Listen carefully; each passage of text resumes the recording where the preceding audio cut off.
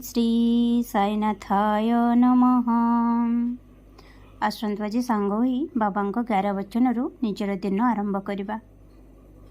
ओम श्री साईनाथाय नमः। साई बाबा के 11 वचन।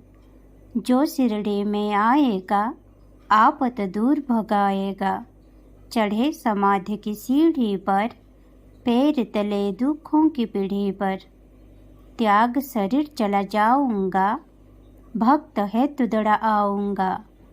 मन में रखना दृढ़ विश्वास, करे समाधि पूरी आस।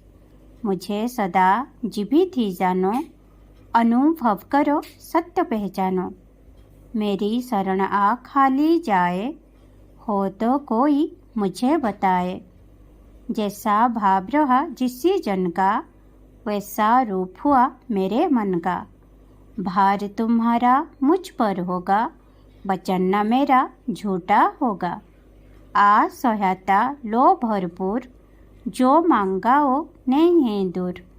मुझ में लीन वचन मन काया, उसका ऋण न कभी चुकाया।